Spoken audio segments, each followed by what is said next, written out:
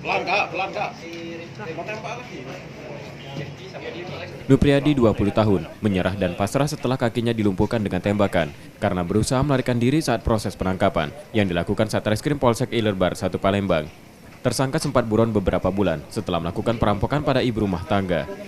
Dari pengakuan tersangka pada polisi, ia berperan sebagai pengendara sepeda motor saat melakukan kejahatannya. Sebelumnya tersangka dan 2 rekannya yang masih dalam pengejaran terekam CCTV dan viral di media sosial saat merampok ibu rumah tangga.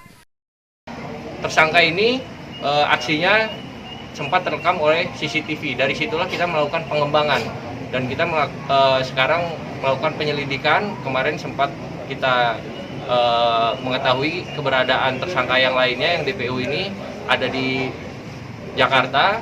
Ya, kita melakukan pengejaran ke sana. Bang, ini tugasnya sebagai apa? Dia bertugas di atas motor, ya, di atas motor, dan kemudian 2 orang tersangka lainnya dia turun dari motor mengeluarkan parang.